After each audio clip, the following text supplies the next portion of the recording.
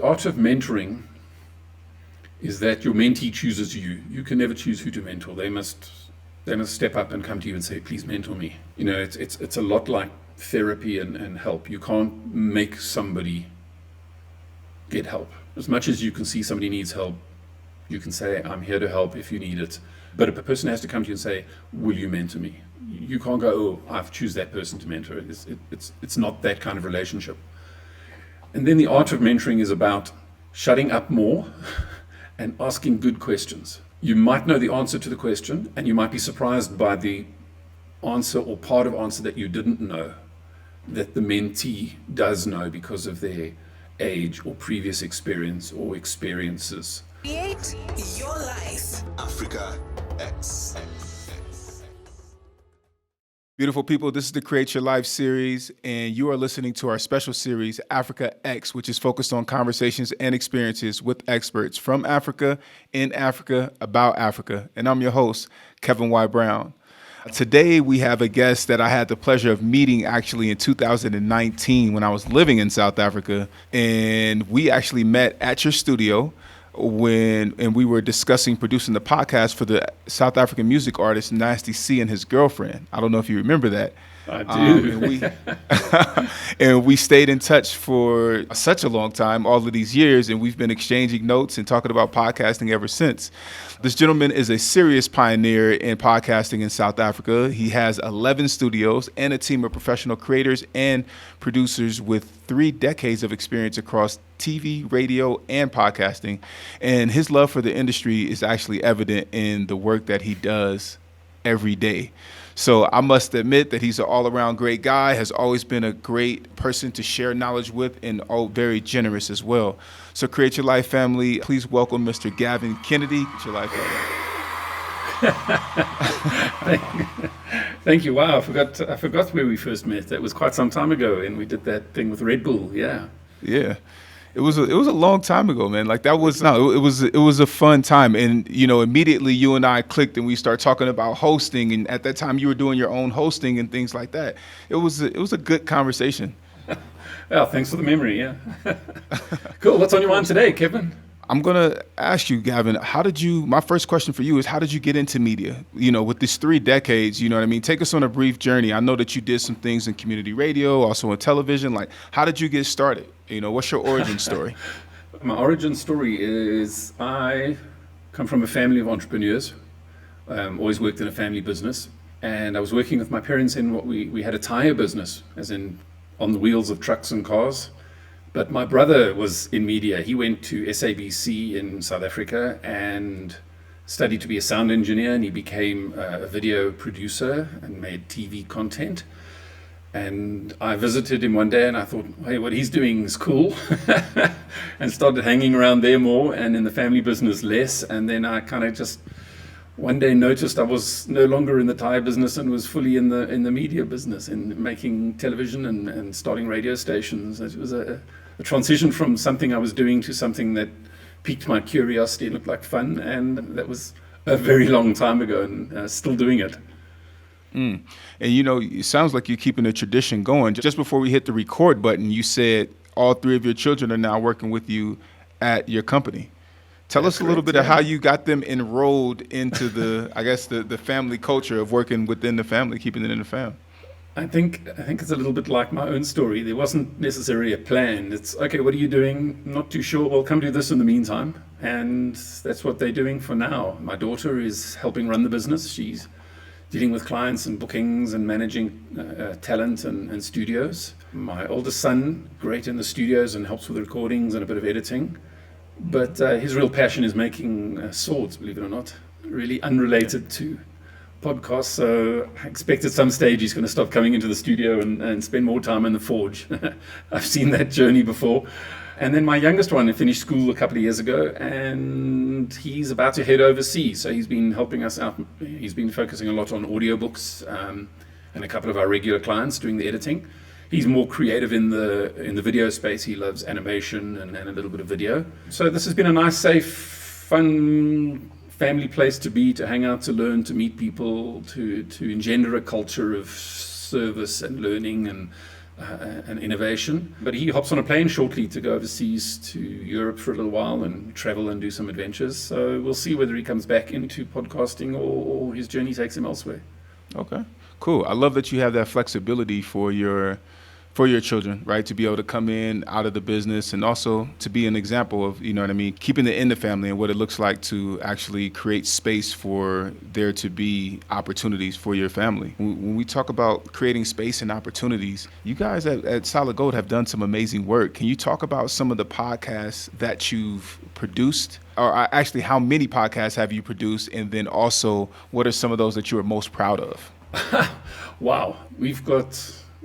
I've lost track. Well over 100 clients we make podcasts for. As you would expect, there's quite a range, from hobbyists who three people sitting around on a Friday night in the pub think they're changing the world, and they go, we should make a podcast, and they come in and record a podcast. And on the other end, we do some work with companies like General Electric Healthcare and United Nations People's Fund, and those are a lot more serious with structure and planning and intention and a lot of production value in them.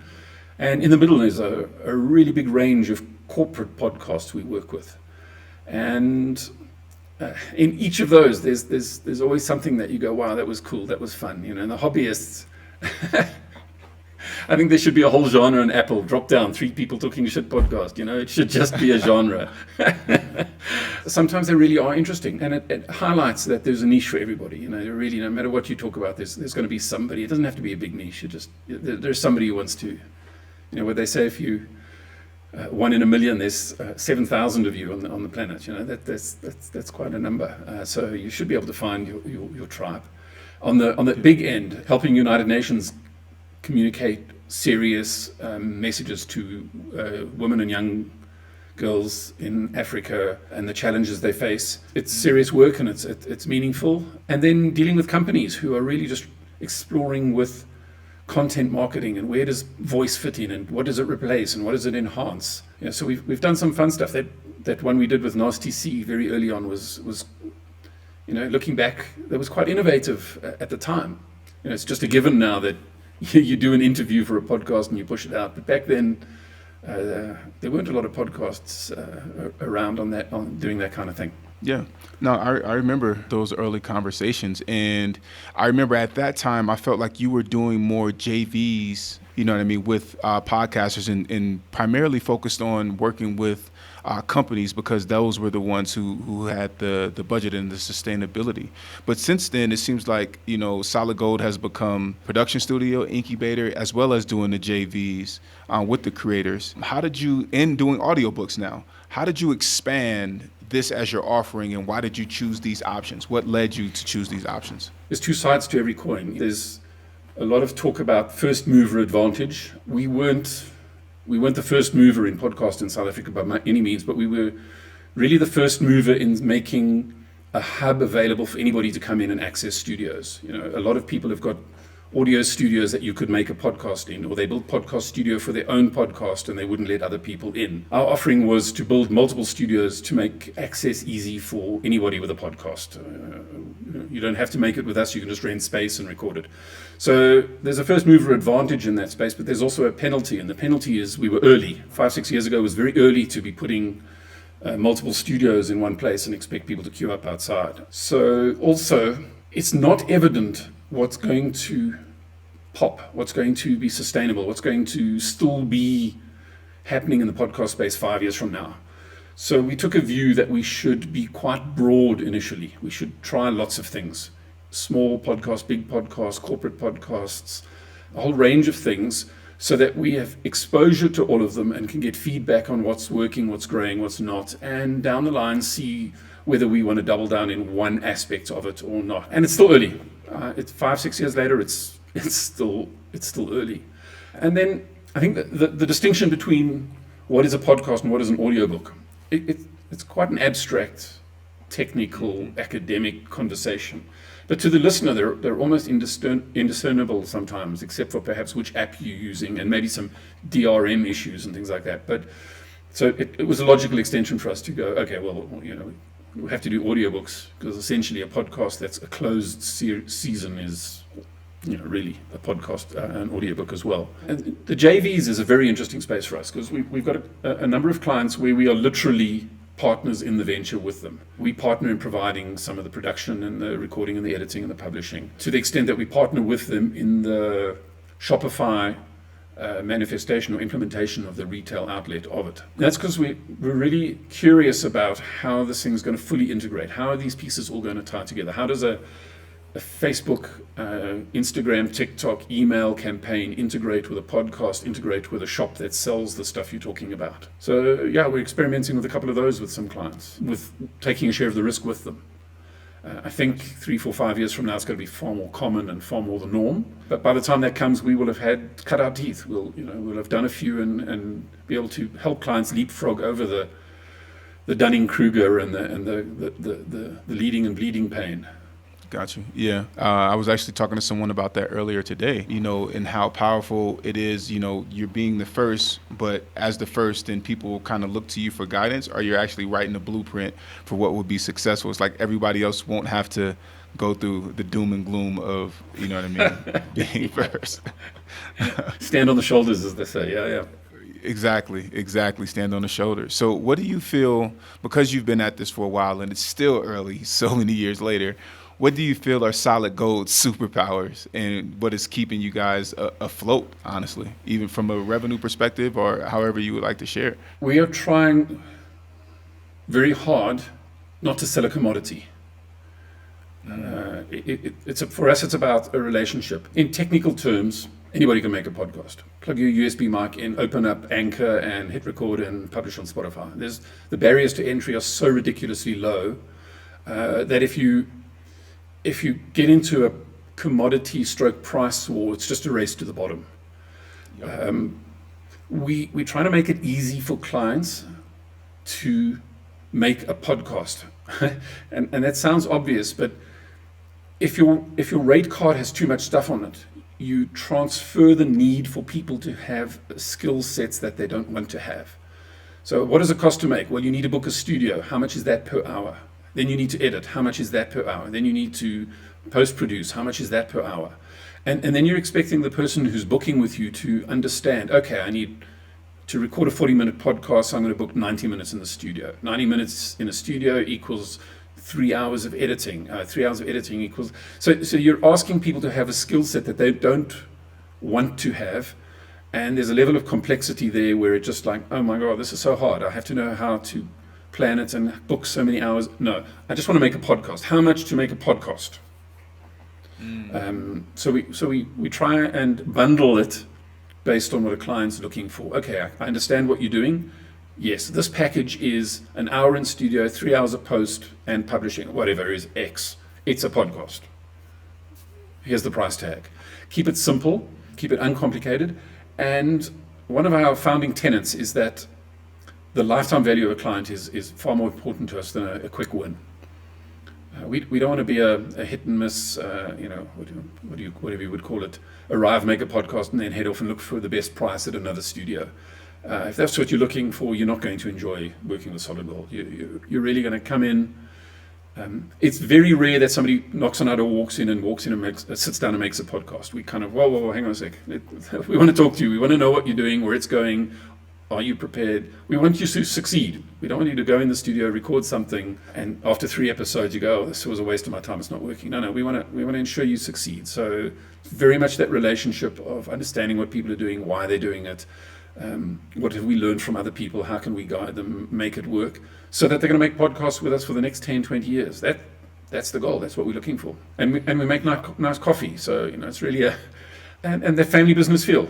There is something about, maybe casual is the wrong word, but there's a certain uncorporate vibe and feel about a family business that we work hard to keep in place. You know what? It's interesting that you just brought up family, because now that I'm thinking about it, with 3 children working for you, how do you balance the family aspect of the father being the father, and then them, especially them as siblings, but also balancing between family and business? How do you all keep that separate and make sure that the relationships continue to thrive? You know what I mean, in both arenas?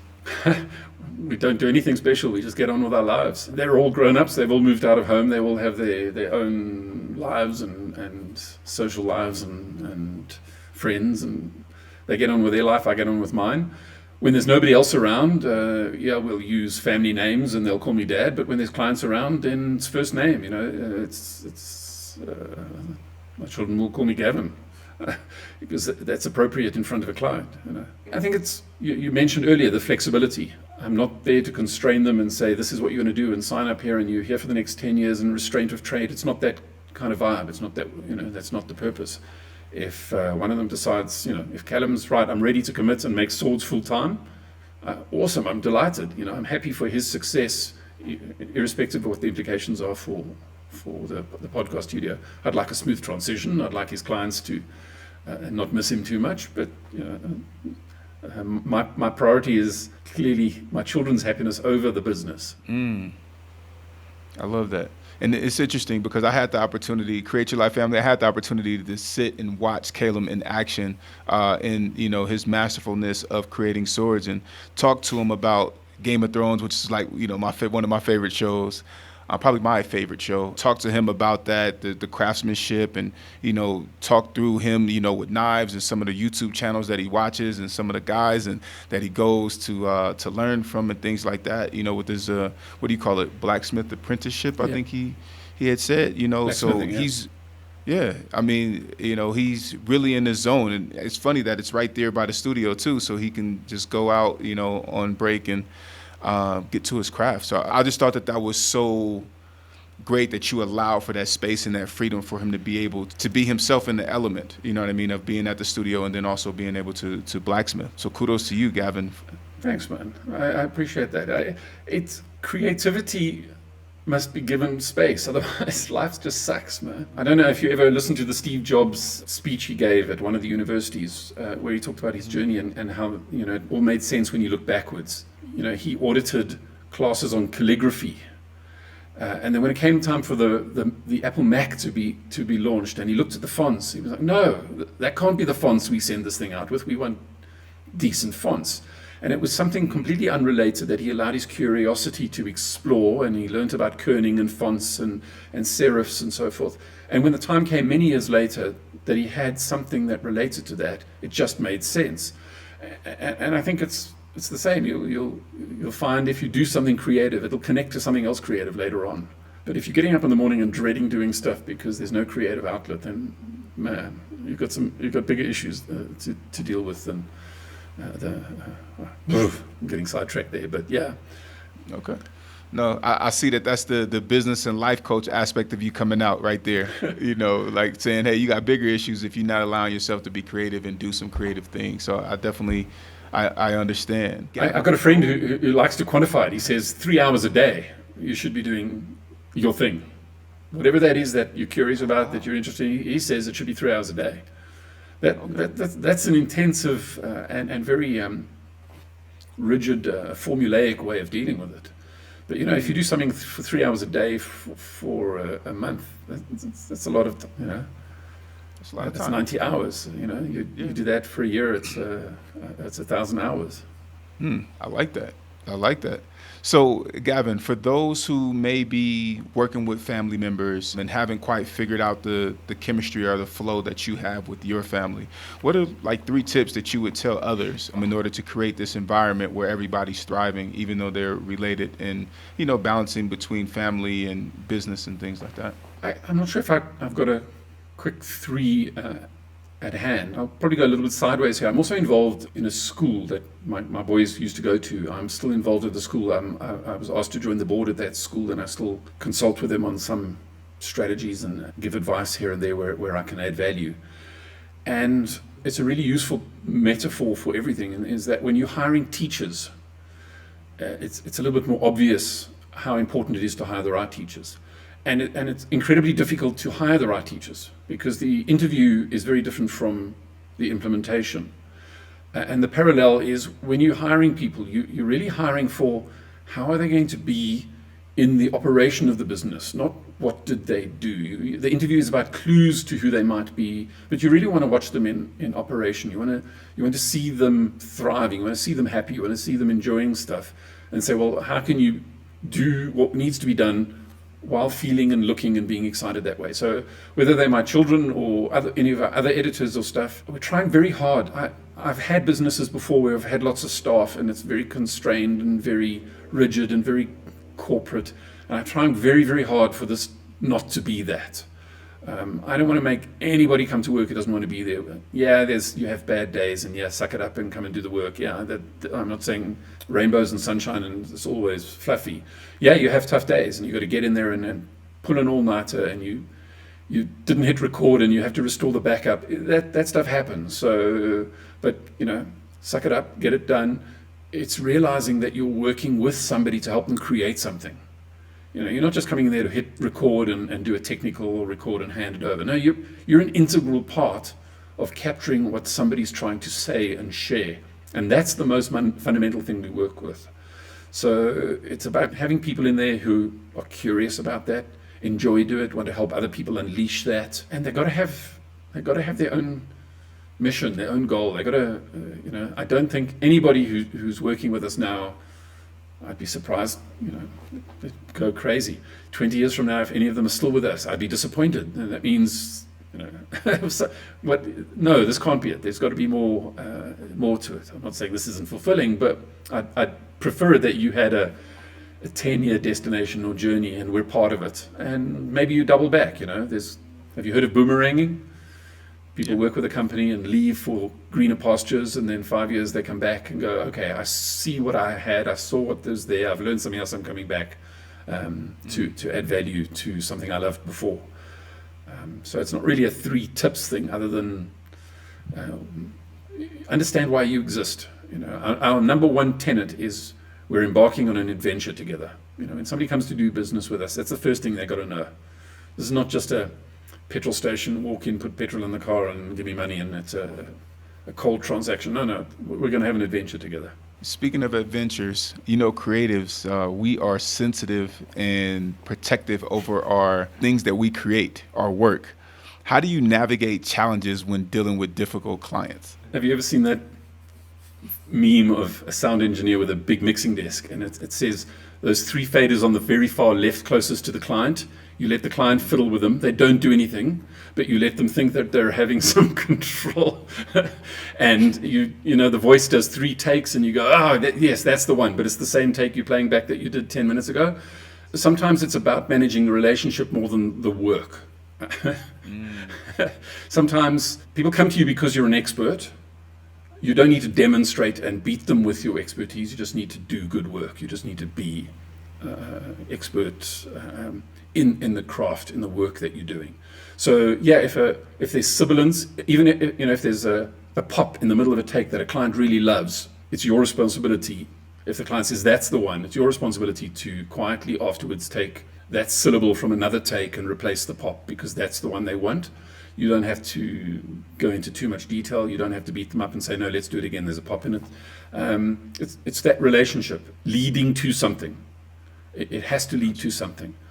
So that's on the client side. On the creative side, I think the most important thing that creative people forget is that if you try and protect and constrain and limit people using your creativity, you stop growing and being creative.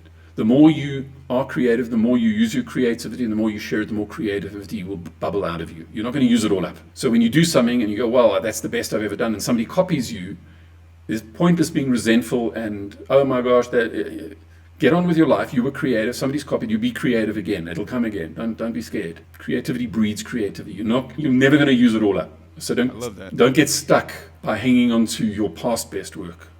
I love that. Gavin, you've been at this for some time, but I'm sure there was a time where you didn't know as much as you do now. How has mentorship played a role in your success as an entrepreneur? The art of mentoring is that your mentee chooses you. You can never choose who to mentor. They must step up and come to you and say, please mentor me. It's a lot like therapy and help. You can't make somebody get help. As much as you can see somebody needs help, you can say, I'm here to help if you need it. But a person has to come to you and say, will you mentor me? You can't go, oh, I've choose that person to mentor. It's not that kind of relationship. And then the art of mentoring is about shutting up more and asking good questions. You might know the answer to the question, and you might be surprised by the answer or part of answer that you didn't know, that the mentee does know because of their age or previous experience or experiences. So, 5-6 years ago, didn't know what an RSS feed was in terms of a podcast, perhaps. Now I do. Now somebody comes and says, where should I host my podcast? I'm not just going to say you should host it there. It's going to be a series of questions. Tell me more about the podcast. Where are you going? What are you trying to do? What's your budget? A range of questions that lead to the revelation of an answer, as opposed to, well, I've been doing this for longer than you. I'm going to prescribe what the answer is. Wow. Thank you for saying that. I'm going to engage in that. I'm going to engage in that approach. I love that. Thank you. As you've been on this journey, what has been the key to you staying motivated, especially when you were first starting out with Solid Gold or in podcasting, period? Have you ever heard of astronaut syndrome? No, I haven't actually.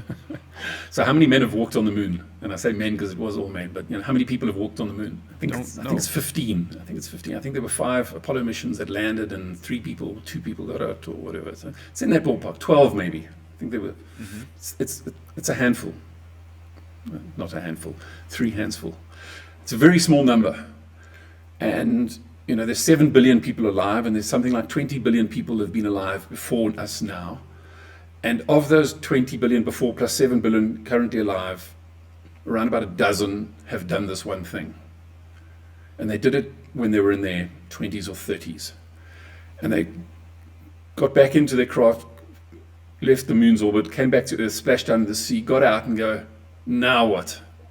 What do you do with your life now? And if you don't have a goal beyond that goal, no matter how big that goal is, you just get astronaut syndrome, crash and burn. Tiger Woods wins the Masters and gets his green jacket. If he didn't have a plan for what he's doing the next day, you wake up that next day going, what's the meaning of life? Where am I going? I have no purpose. Even if you're one of those people who's won the Masters or walked on the moon.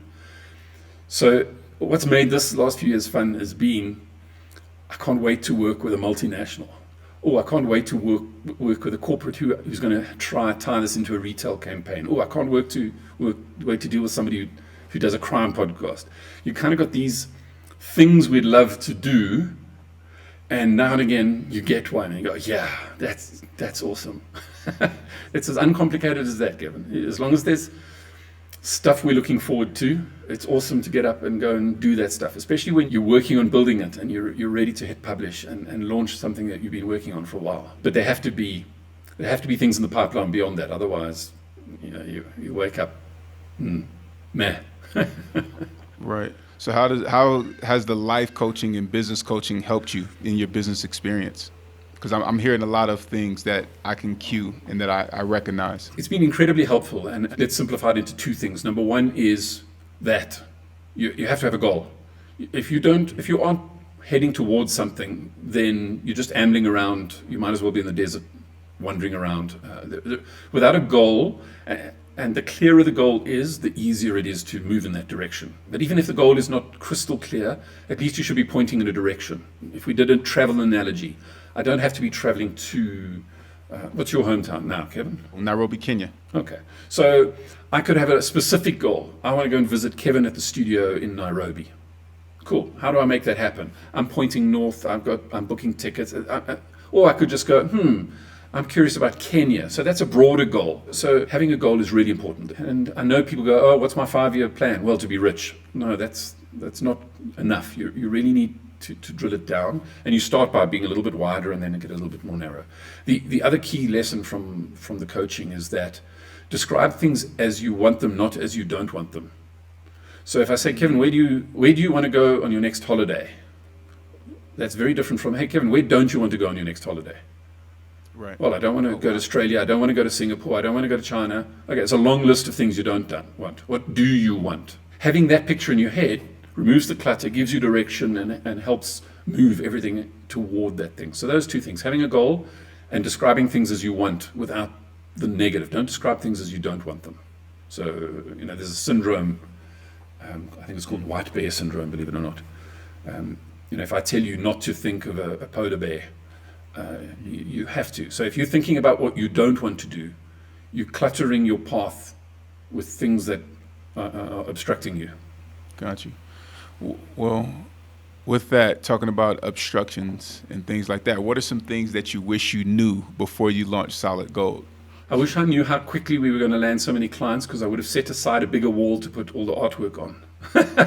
We started out printing the artwork, and we had four little posters up on the wall of our first few clients, and then it grew up to 6 and then 9, and now we run out of wall. We have to take them all down and clean the wall and put them up again closer to each other and find another wall. But that's a metaphor for understanding what you're going to grow into, so that you do things that give you the space to scale into them rather than repeating them. Don't put a network in that can handle 20 people if you're going to grow to 50. Put in a network for 50 or put in a network for 100. But some of those questions you can't answer. You just got to kind of have them as a goal and push the business towards them, or learn from them and iterate the business. What else did I wish I had known? I wish I'd known how hard it is to convince corporate communication departments how important spoken word and podcasting is going to be. Just because you and I know what the USPs are and all the benefits, you walk into somebody and you pitch it as if they know what you know. No, they don't. And they're not buying podcasts. None of our clients buy podcasts. They buy, how can we communicate this message in a spoken word to this niche audience? We call that a podcast, but that's what they're buying. That's the, you go to the hardware store to buy a picture hanging in your lounge. You don't go there to buy a nail. And that's hard. It's hard describing things in the terms of what people are actually buying, not in terms of the size of the drill bit or the size of the nail, or what metal the drill bit's made out of. They don't care. Interesting. It's good analogies. Thank you for that. Was there ever any point that you felt like you were going to give up? Never. And if so, never. Never. No. Okay. I've never been clearer about the business I've been involved in than this one.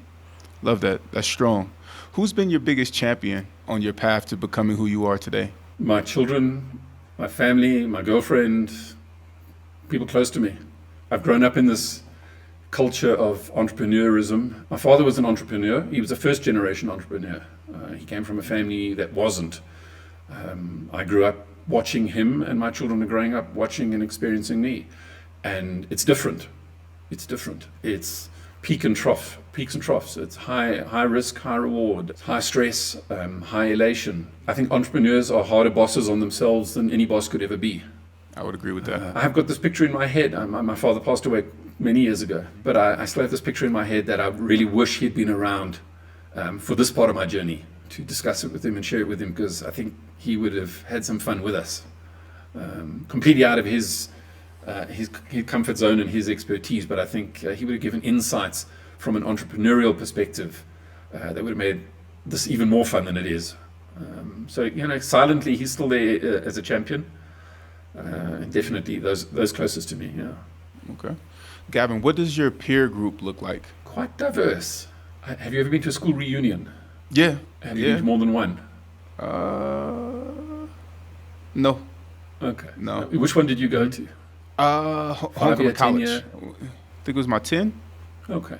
So if you go to a 1-year reunion, and then a 5-year, and then 10-year, and then a 20-year, what happens is you just become more yourself and less concerned about what the cool group at school or college said about you and what was cool and what wasn't. The longer you're away from that, and the more confident you become in your own skills and ability in life, the more fun a reunion becomes, because it's just actually you there, not the you that people are imagining and so forth. So I'd like to think my peer group is full of more people that are well established in themselves and their careers and their lives, not doing it for acceptance or coolness, or not showing off, genuinely sharing their challenges and triumphs. I'll talk to some of my friends in media about what we're experiencing, and I'm not going there showing off. I'm going there genuinely engaging, saying, I don't know what to do here. So I'd like to say there They're quite a mature, grown-up group who behave like children when it's party time. That's a good thing. Strong, independent people with opinions, caring, helpful. Yeah, Great. people I'm happy to spend time with. Now, that's the most important part. People that you're happy to spend time with and who get you. I think people who get you are most important. Yeah, especially when you're up in your own head too much and you're not, too down in the weeds and you're not stepping back. Sometimes you need these people just to give you that virtual slap and step back and call you on your BS. Yeah, no, most definitely. So, Gavin, with all of the things that you've done, if you weren't doing what you're doing right now, what do you think you would be doing? No, this is it. This is it, Kevin. I have a choice of doing what I want to do, and I'm choosing to do this. I've done other stuff. I've built businesses. I've sold businesses. I've gone into coaching. I've done a lot of things. I'm doing this because it's like the perfect opposite of a storm. It was a confluence of what's happening in the world, what's happening in technology, what's happening in media, what's happening in the skill set. Everything kind of led to this confluence. I mean, if you indulge me, I'll tell you a boring story. I'll keep it short though. My younger brother and I went on a trip to the States when I was in my early 20s, and he was a teenager, and we did a whirlwind two-week trip around New York, LA, San Francisco, Boston, Tijuana, Vegas. We did the whole thing in 2-3 weeks. It was like we caught a plane a day. And while we were in New York Central Park, we saw people rollerblading, but it wasn't really called rollerblading back then. I think they were just still called inline skates or something. And I looked at that and I thought, these are cool and these are going to be big. I just knew, I could see, there was just something, I could see this was going to be something. We'd never even heard of them in South Africa at the time. And I came home and did nothing about it. And, in the following months and years, they did in fact become big, and they're still part of the universe. But I was very aware that I'd seen an opportunity, I had a high level of confidence, and did nothing with it. And then about 6-7 years ago, I was driving around, dropped my kids at school, one of my kids, and I noticed in the car that I was listening to podcasts and was no longer listening to the radio. And that moment felt like that same moment when I saw inline skates, rollerblades for the first time. It was like, holy crap, this. And what's funny about it is it wasn't my first experience of podcast. I've been listening to podcasts since 2005, 2006. Wow. But it used to be really hard back then. You used to go and find the RSS feed, paste it into iTunes, fetch it, plug your iPod into it, sync it. It was really hard work. So I did it for a while and gave it up and came back to it when it got easier. But that moment in the car, I had that clarity that this thing is going to be huge. And not only is it going to be huge, unlike the rollerblades thing, I actually have the skill set, the studios, the wherewithal to do something with this opportunity. And it was I'm not going to miss this opportunity. And we took the building when tenants' leases came up. We didn't renew. We took the space. We took it all back, built the studio, built another studio, we just doubled down and keep doubling down.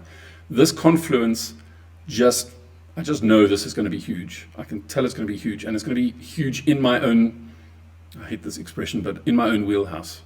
Yeah, so what else could I be doing? Probably a lot of things. No, this is it, man. Okay. I love that answer. So just to be clear, you had studios before you created Solid Gold. Am I understanding that correctly? You said you had tenants in the building, or what was happening? Yeah, so in one of my past businesses, we built a business called Air Media, which did in-store radio. So we ran radio stations for retailers around Southern Africa, for mining companies, in-house corporate communication, retail radio. We ran a whole lot of those.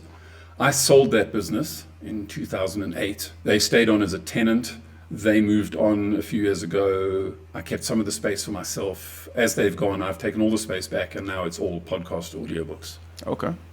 Thank you for that. And, you talked about, that this is going to be the future. This is what's happening. And you're locked in, you're focused.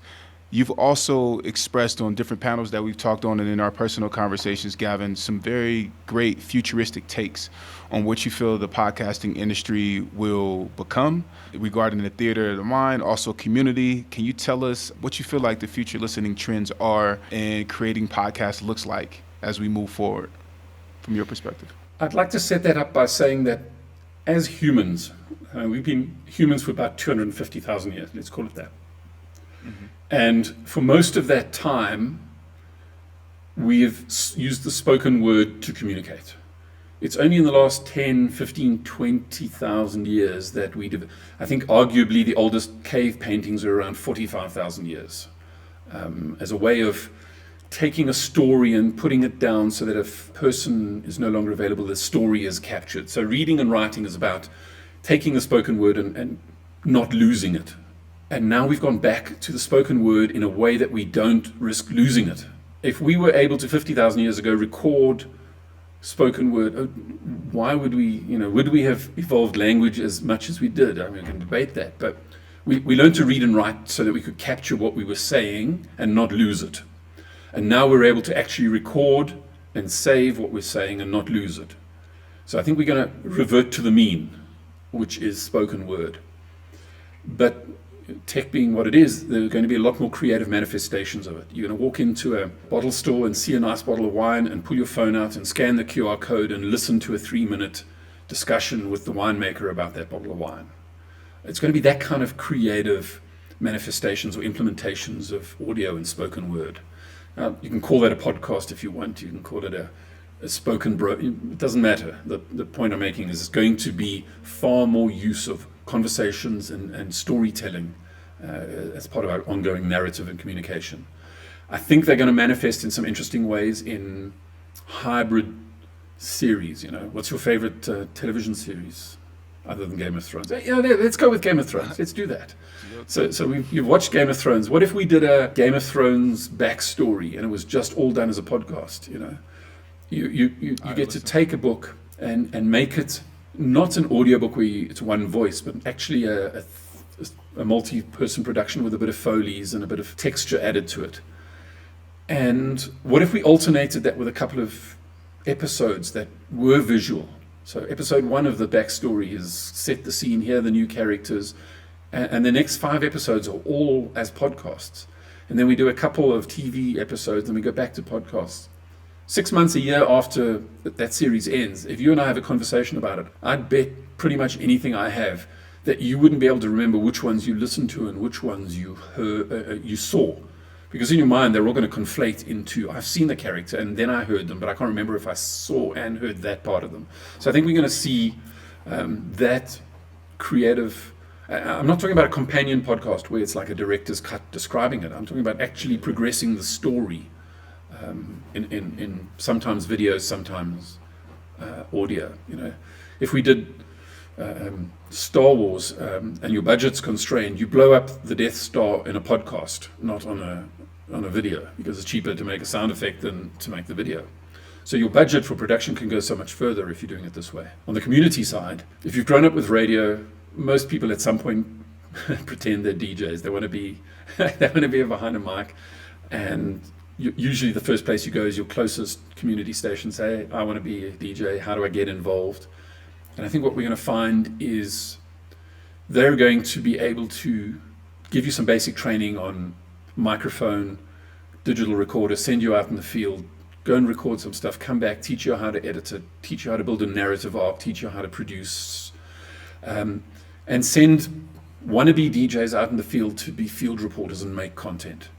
And then take all that content, put it up on the radio station's podcast channel, and let the audience tell you whose content they like, which people they like. And that becomes your gateway to, somebody's leaving, we've got an opportunity in that space, and you've been making that content. So podcasting looks like it could be a natural entry point, gateway, progression method into broadcasting. It's not your traditional spin the discs DJ journey, but your more BBC, NPR, that kind of production.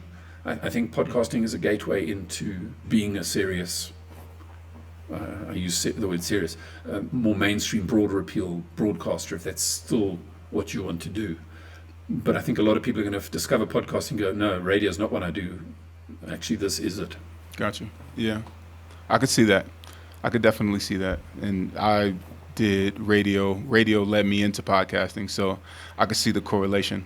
It's just podcasting has so much more freedom versus having to be there at the studio at that designated time. Yeah, that constraint, it's an artificial constraint. And the problem with artificial constraints is they're sticky. Yeah.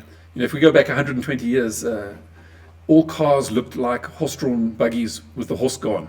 And why is that? Well, the fastest path to success was to take a horse-drawn buggy and put an engine on it.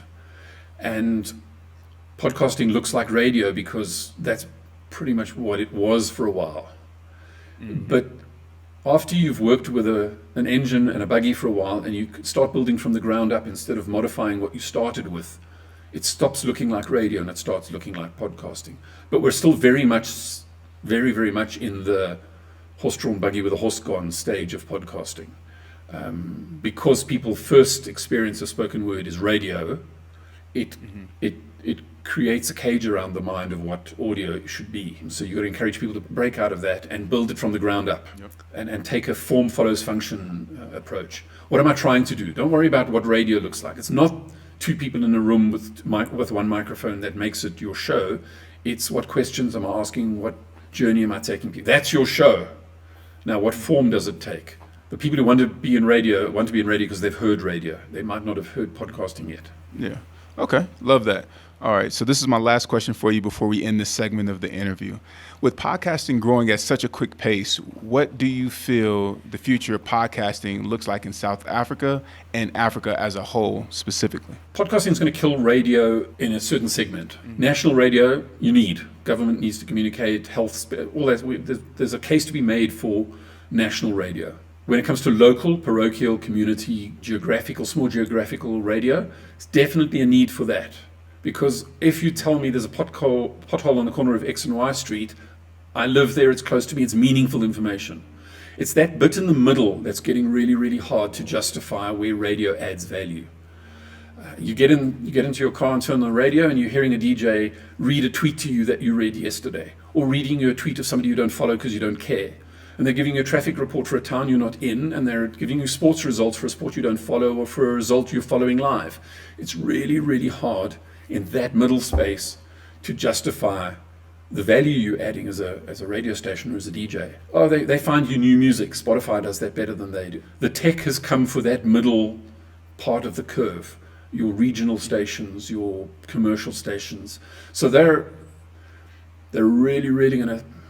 Sure. There's a lot of inertia, a lot of momentum keeping them going. They're being supported by a revenue model that has not yet worked out how to fund podcasts. They know how to fund radio, so they're going to keep funding radio. But, that kind of radio is dead. It just doesn't know it yet and it hasn't fallen over. So what does the future look like?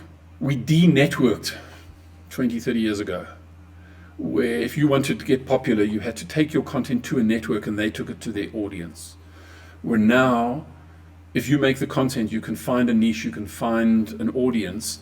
I think those kind of radio stations might find themselves having to re-aggregate content and give it to a network. I'm not sure how that's going to work. I'm not sure if it will work. But you might find that a regional station looks at their audience and says, okay, I've got 18 to 25 employed, blah, blah, listening at this time of day on these days.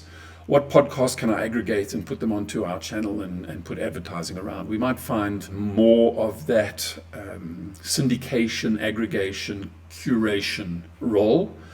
But quite frankly, when you open up Radio Garden on your phone and you can listen to one of millions of radio stations, the odds that the station that's going to attract your attention just happens to be the one within 50 kilometers of you right now is the best one. No, the odds don't favor that. Right. Okay. Well, Gavin, thank you for that answer. We are entering the next aspect of this interview where these are rapid fire questions, man. You have to answer in 30 seconds or less. So you are about to enter the dolphin tank. My question to you right now is, are you ready?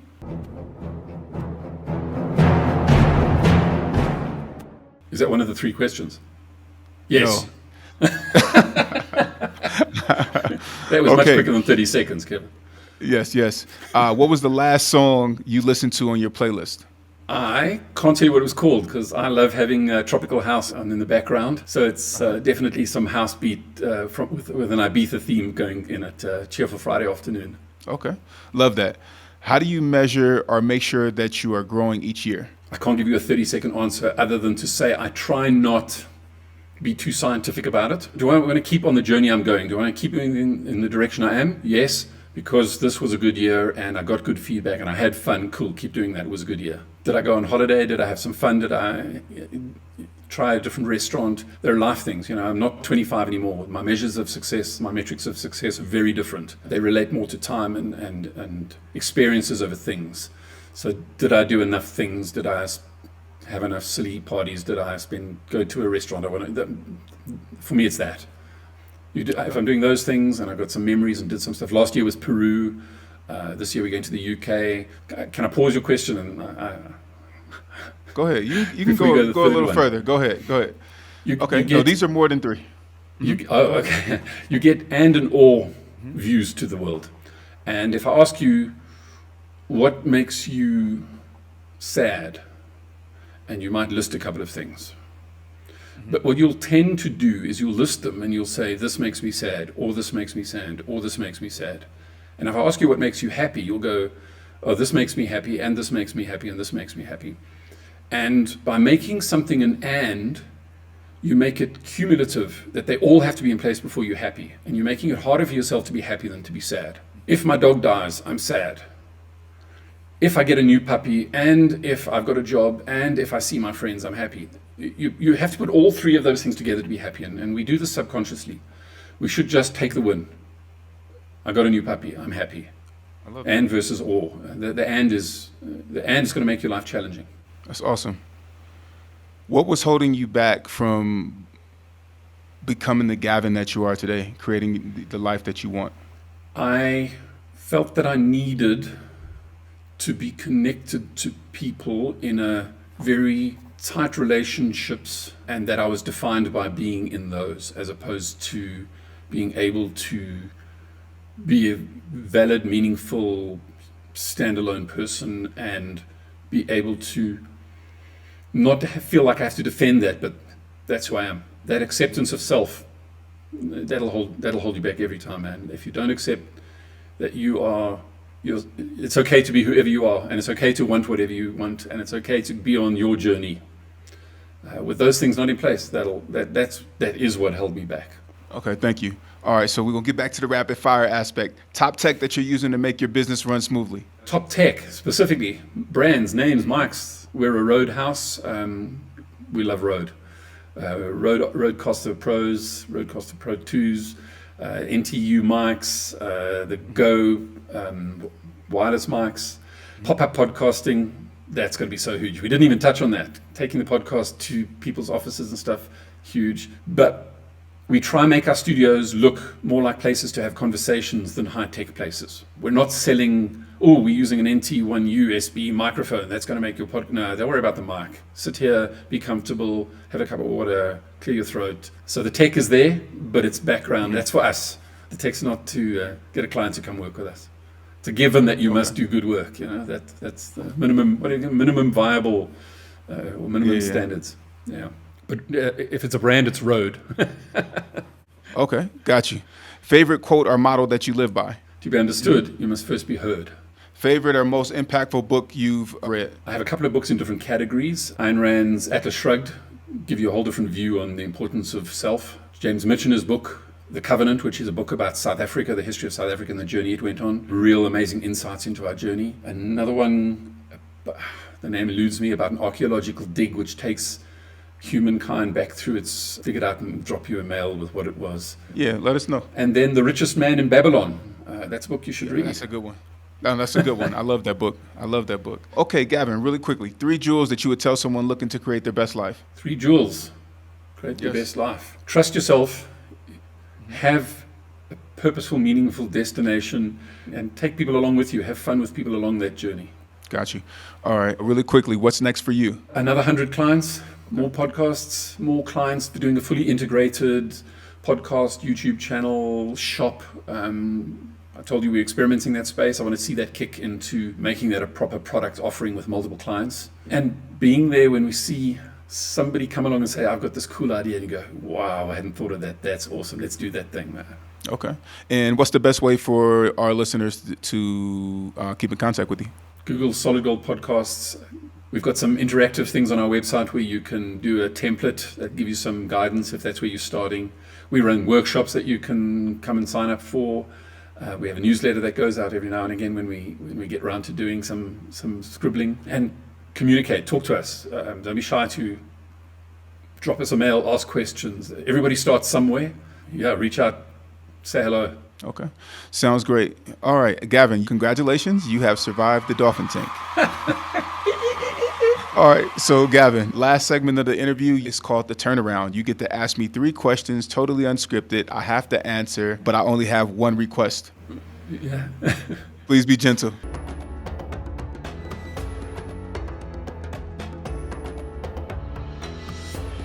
What's the Y stand for, Kevin? Oh, man. That is a secret. Yeah, be gentle. So many people have asked me that. I'm actually purposely keeping it anonymous, just to keep it a secret. So that one, I'll give you another replacement question for that one. Which podcast that you listen to do you wish you had made? Ooh. You know what? Honestly, Gavin, kind of like you, I've always been really comfortable with who I am and the things that I've done. So the podcast that I listen to that I'm happy that I wish I've made, or that I'm happy that I made, is the Create Your Life series. But I do appreciate other pods. I really like Entrepreneur on Fire by John Lee Dumas. That has always been a favorite. I like Ash Cash. He's a friend of mine. Earn Your Leisure. Those guys do a good job. So those are some of the ones that I'm listening to actively. And, when you talked about companion podcasts, there's this guy, his YouTube channel is called Talking Thrones. And I think he did a really good job in, covering a lot of what was happening in the Game of Thrones universe, and even with the House of the Dragon. So very thankful for that guy. I don't think I would want to create somebody else's pod, but I'm grateful for the pods that exist and to appreciate other people's creativeness. Mm-hmm. Lovely. Magic Wand, dream guest. Oh, man. One dream guest. I'll let you simmer on that. I'm going to tell you a secret that I have. One of my secrets to happiness. I have a lot more than 10 things in my top 10 lists. Okay. So I'll hear a song and say, top 10 song. But if you add up all the songs I say are in my top 10, there might be 50. Yeah. Okay. So yeah, that's cool. So top 3, top 4, throw as they come. Politically, which politician would you love to have as a guest? Politician. I don't think any of mine would be politicians. Like, alive or dead, I would love to have spoken to Kobe Bryant. Yeah. I'm really big into people's work ethic and the way that their mind works. So, like Kobe Bryant, maybe Michael Jackson, Floyd Mayweather is somebody who I've been looking at a lot lately. Who else would I like to interview? How many of these people are still alive, Kevin? How many of these? Well, Floyd Mayweather's alive. I don't know. I haven't really thought too much about dream guests. I have a list somewhere, but I kind of get fascinated with the people who are around me, the way that they think. I'm just really interested in people's work ethics and, their processes and things. Can I try a proxy question? This is the same question, just rephrased. Have you heard of a fantasy dinner? Which 10 people, living or dead, would you like to have around to your house for a dinner? That. I think you still get the same 3 people right there. Okay. I think Tupac Shakur would be there. Who else? Okay. Looking for congruence that, no matter how I ask the question, you come back to the same thing. I don't want to sound like a coaching session. Who ever mentored you? Who did you have as a mentor? I had many mentors, actually. And so one gentleman, Fillmore Graham, who was very instrumental in my life and all of my friends' lives. He was the founder of a Boys and Girls Club in my hometown. Pelton Stewart, he's ran a young boys leadership group that I was a part of when I was a kid that, still those habits I carry out until today. One of my foster mothers, Mary Jackson, Miss Carrie Wilson. Awesome. Beverly Ferguson Barrett. I can go on and on. Raphael Moffitt, Marie Brown. There's so many people who have impacted me, even from a friend-tour perspective. You learn and stuff like that from everybody. So, I consistently try to tap in with those people. Lovely. So the fantasy dinner and the guest questions are really proxies for kind of a distillation of the mentorship that you enjoyed, liked, looking for, something like that. So you're looking at Floyd Mayweather as a consolidation of some of those values and things that you look, So now I've got is my last question, the toughest one. Why haven't you invited Floyd Mayweather onto your podcast yet? I will at some point. I figured that I might need might need more recognition. But you know what though? I'll go ahead and shoot that shot. But I'm really just curious. I watch his 24/7 workouts and I watch his videos and the things that he says. I'm I loved his discipline. You know what I mean? And that's something that attracts me. Like you want to have this high level of discipline and stuff. So that's what that is. What do you think he wants out of people who approach him? I'll have to think a little bit more about that. But I think he definitely wants you to be authentic and, to have some things going for yourself, to have a buzz that's worth his time. I would, and to derive benefit. If he saw that you might derive benefit from his time, then you're making it easy for him to fulfill his purpose in life as well. Most definitely. All right. Well, Gavin, man, thank you so much for being a guest on the Create Your Life series. It's been a pleasure to sit down and talk to you, my friend. It's always fun, Kevin, man. Thank you. I really appreciate you staying in touch and going on your adventure and growing podcasts in Africa and traveling around the world talking podcasts. And on the side, still helping people to grow into better versions of themselves. I really do appreciate the time, and it's always a joy talking to you, Kevin. Thank you, man. Kevin, why the Y Brown? Yeah, my staff, the team in the office they're writing out names. They call it Solve for Y. They're trying to guess my middle name, and then when they guess it, I have to tell them. So it's pretty awesome. Lovely, Kevin, man. Thank you so much. Thanks, Gavin. Create Your Life family, thank you so much for listening to this episode. If you like what you heard, please give us a 5-star review and subscribe to the show wherever you listen to your podcast and share with everyone you know. Please email all questions, suggestions, and compliments to info@cylseries.com. And the Create Your Life series is executive produced by Kevin Y. Brown and produced by Podcast Laundry Production Company. And this episode has been recorded at Kofisi Studios in Nairobi, Kenya. So until next time, create your life and feed your ambition.